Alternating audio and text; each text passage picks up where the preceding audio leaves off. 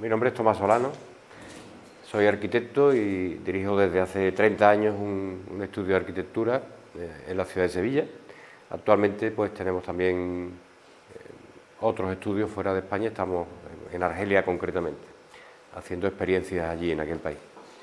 Bien, lo que estamos presentando hoy aquí es un proyecto muy especial para todos, para mí especialmente, porque le hemos llamado un proyecto único que va a estar basado en la geometría de proporciones sagradas, así como en los conceptos de sostenibilidad y autosuficiencia. ¿De acuerdo? Todo ello nos va a llegar a un concepto que nosotros le hemos llamado hábitat integral, sostenible y proporcionado. Ese va a ser el concepto que vamos a defender en este edificio que hemos proyectado, o que estamos en el proceso de proyección. El primer tema que tenemos que hablar es la elección del lugar. El lugar es muy importante. La base es donde se va a asentar el edificio. En este caso, estamos hablando de un hábitat, de un lugar situado en la ciudad de Sevilla, la zona de la Bujaira, que no es casual, porque la Bujaira históricamente es un lugar que se creó, el nombre Bujaira en árabe significa estanque, significa alberca, porque era un lugar con mucha riqueza de agua y muy sostenible. Yo creo que en el siglo XI es el primer lugar sostenible de la ciudad de Sevilla. Es curioso que ahora vayamos a hacer un edificio en esa zona con estas características, pues 10 siglos después. Es un tema un poco paradigmático.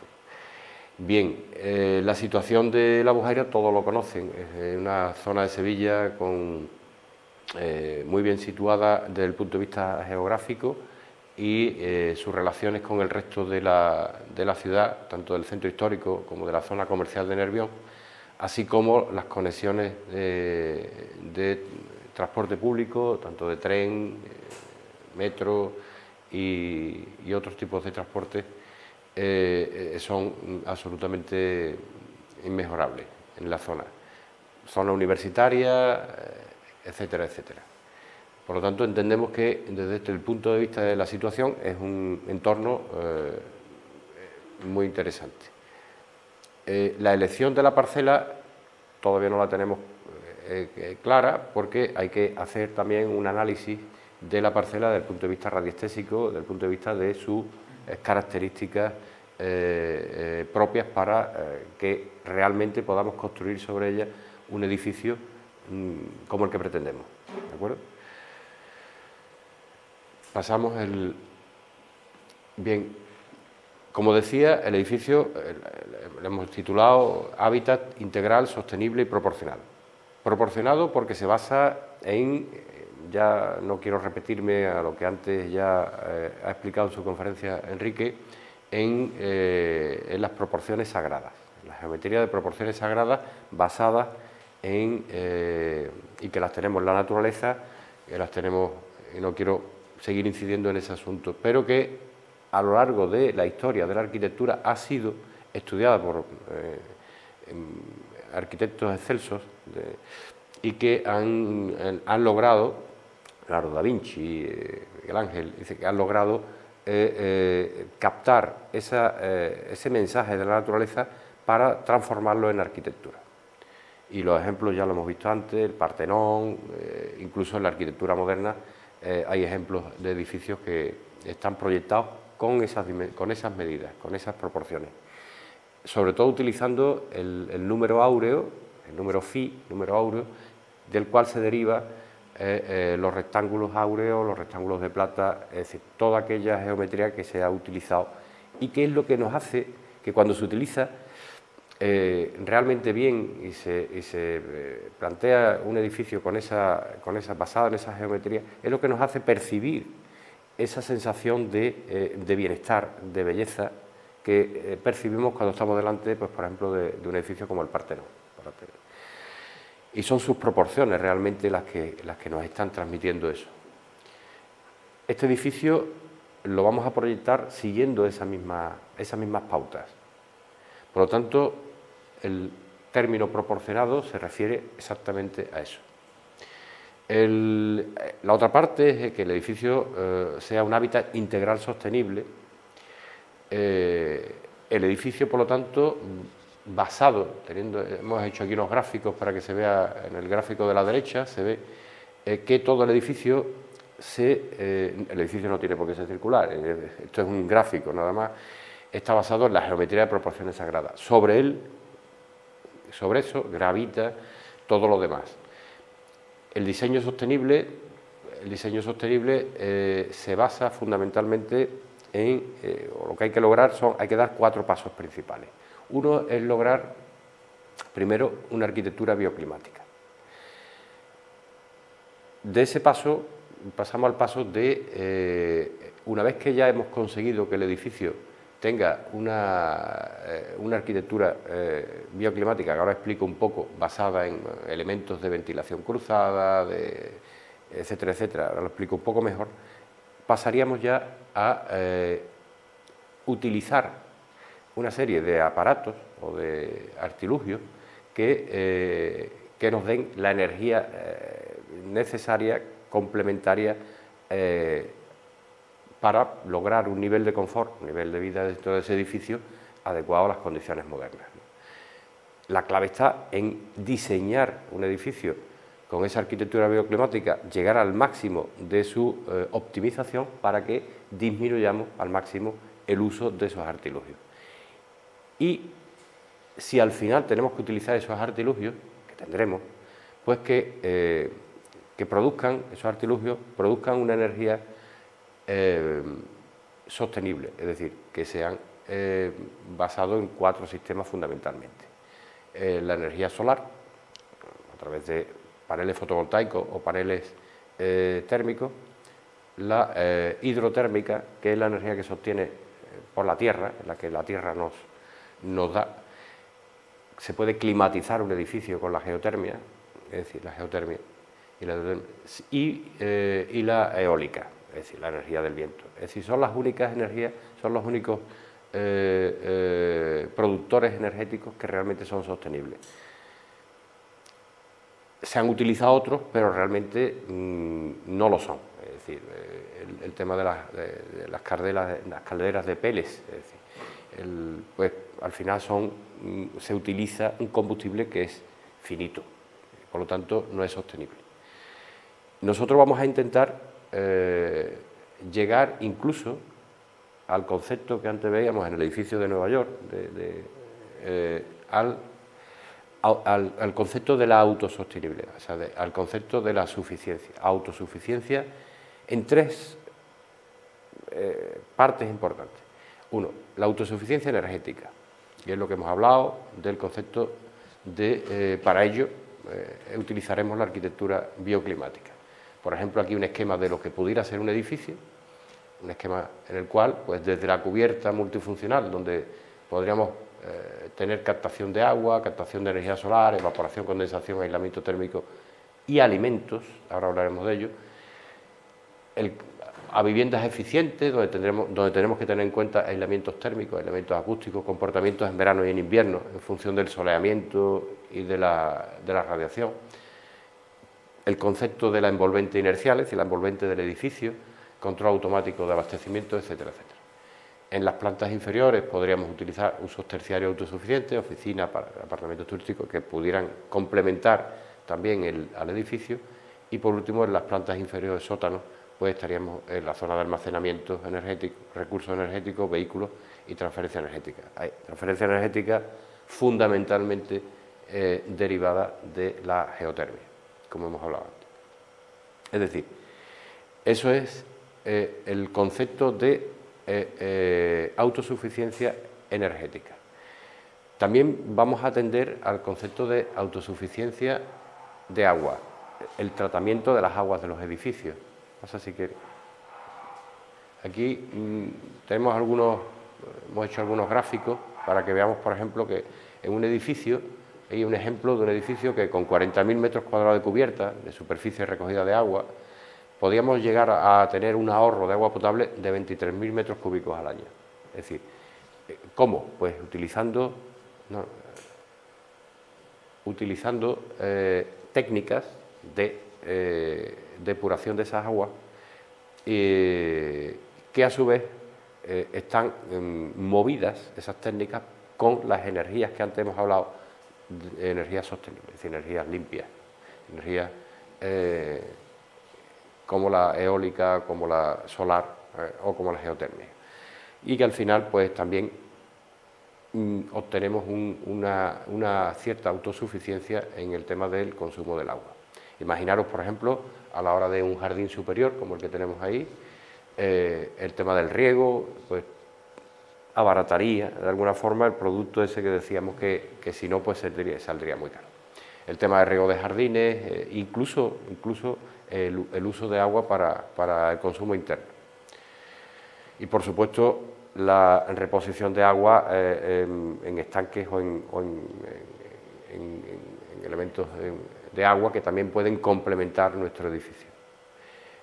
Ejemplos de arquitectura bioclimática, decíamos de la suficiencia energética, es decir, cómo hay que diseñar, optimizar un diseño bioclimático para lograr la autosuficiencia energética, es decir, para llegar a prácticamente no tener que utilizar ningún aparato externo, un aparato que funcione con energía. En este caso hay casos de soleamiento, aquí se vería un edificio como según épocas de invierno o verano la entrada del sol y utilizando simplemente diseño como vuelos o inclinaciones de las cubiertas podemos lograr una optimización de ese aislamiento en este caso térmico y por lo tanto ahorro energético. El tema de los patios, ya nosotros los romanos lo inventaron, los árabes nos lo volvieron a traer por el sur, y el tema del patio central, cómo funciona, eso todo el mundo lo sabe, es decir, que aquí por ejemplo hemos puesto un esquema de cómo funcionaría, metiendo corrientes por abajo de aire frío, que hace que el aire ascienda a través del patio, o sea, el aire caliente asciende a través del patio y ventila todo el edificio, ¿no? Ese comportamiento es muy importante a nivel global y a nivel incluso particular, en zonas muy concretas también se puede hacer un estudio ya de las galerías, por ejemplo, donde a través de esos movimientos de aire podemos lograr pues, que la galería no tenga ningún tipo de climatización, por ejemplo, ¿no? Y si tenemos que climatizar, tenemos que montar un aparato de climatización, lo pongo como ejemplo siempre para que se vea, en esta ciudad de Sevilla tenemos unas temperaturas muy importantes en verano.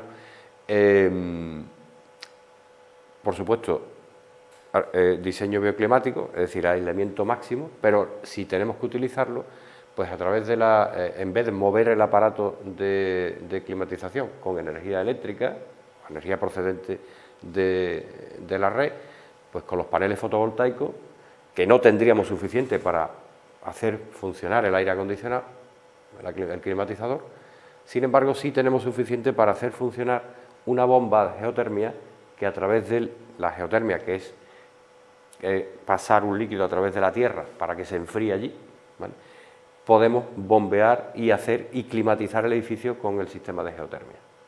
Con lo cual, con muy poca energía generada por unos paneles fotovoltaicos, podemos hacer funcionar un climatizador. Esos son, pensando un poco cómo combinando todas estas instalaciones, todos estos conceptos, se puede lograr hacer una arquitectura realmente sostenible y autosuficiente. Bien, bueno, hemos empezado un poco con el diseño, no tenemos todavía la parcela completamente definida, como ya he dicho al principio de todo esto, pero sí estamos ya plasmando un poco sobre el papel un poco toda esta teoría, que por cierto voy a dejarla en la página para que he escrito para que todo el mundo pueda, con más tranquilidad, pueda leer todos estos conceptos. Lo estamos plasmando ya en un edificio que entendemos en una manzana similar a la que más o menos tenemos pensado que luego es cuestión ya de darle la forma.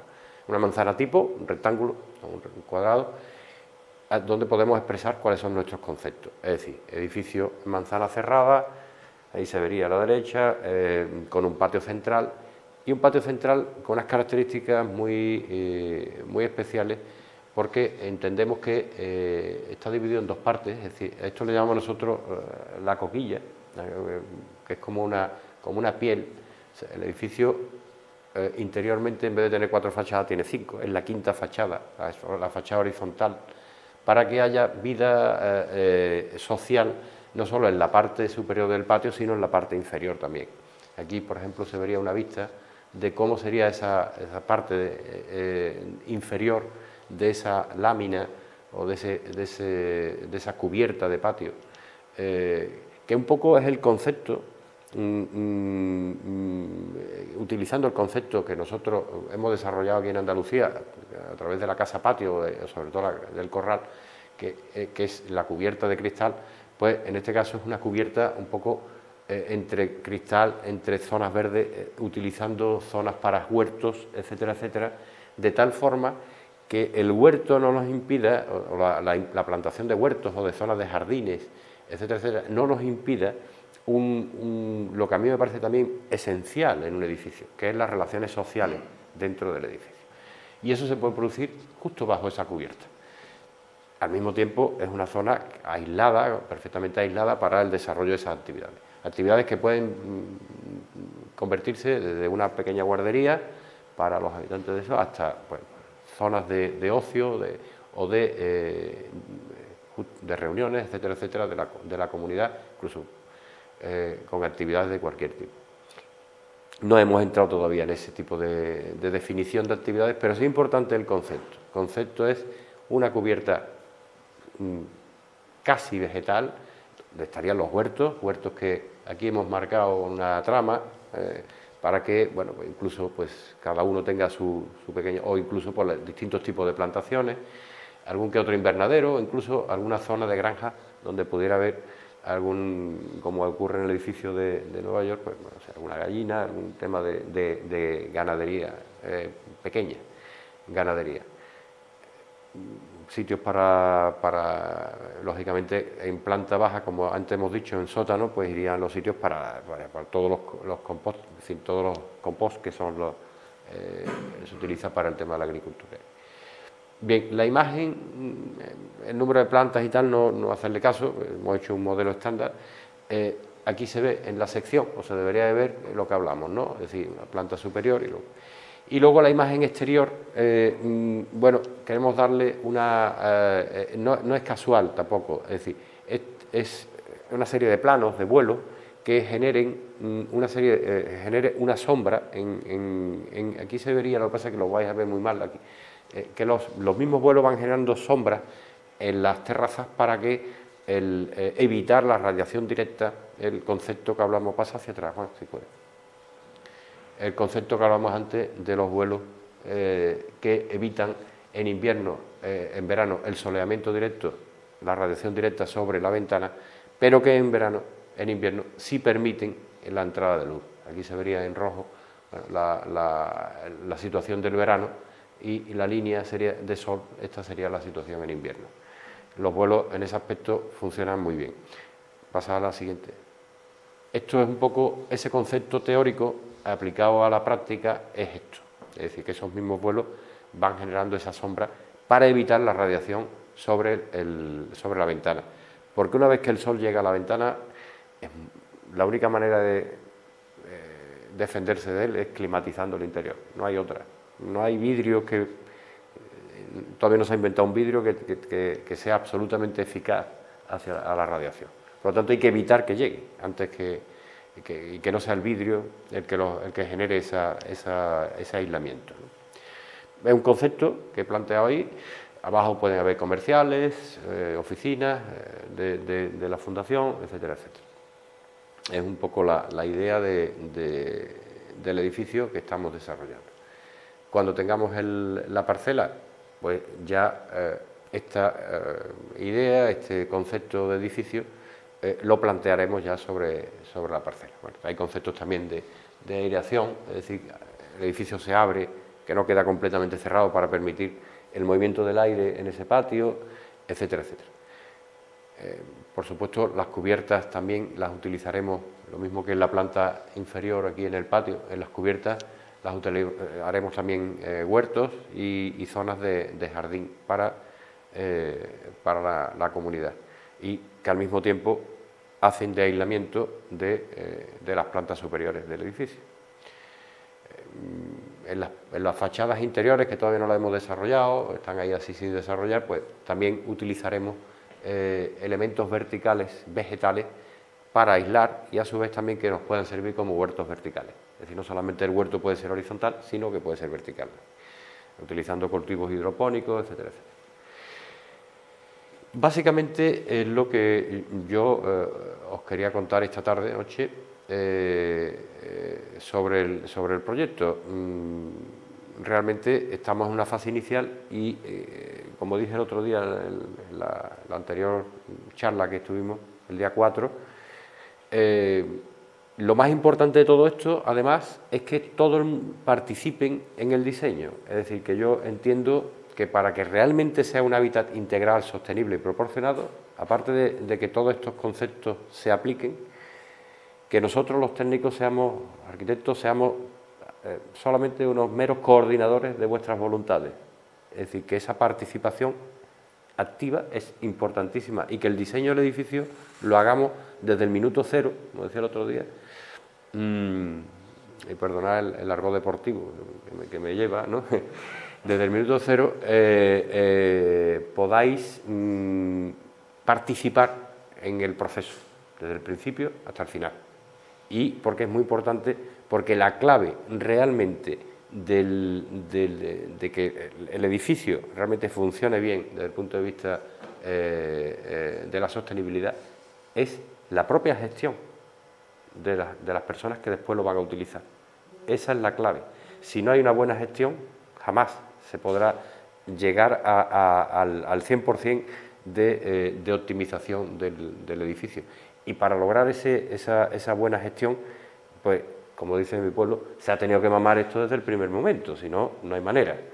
Eso es lo que realmente es importante. Y por lo tanto, cuando empecemos esto, desde el primer momento, contaremos con el grupo para que participe activamente en el diseño. Y eso es todo. Yo os agradezco que me hayáis escuchado y a los que también lo vean a través de la página web, pues muchas gracias a vosotros.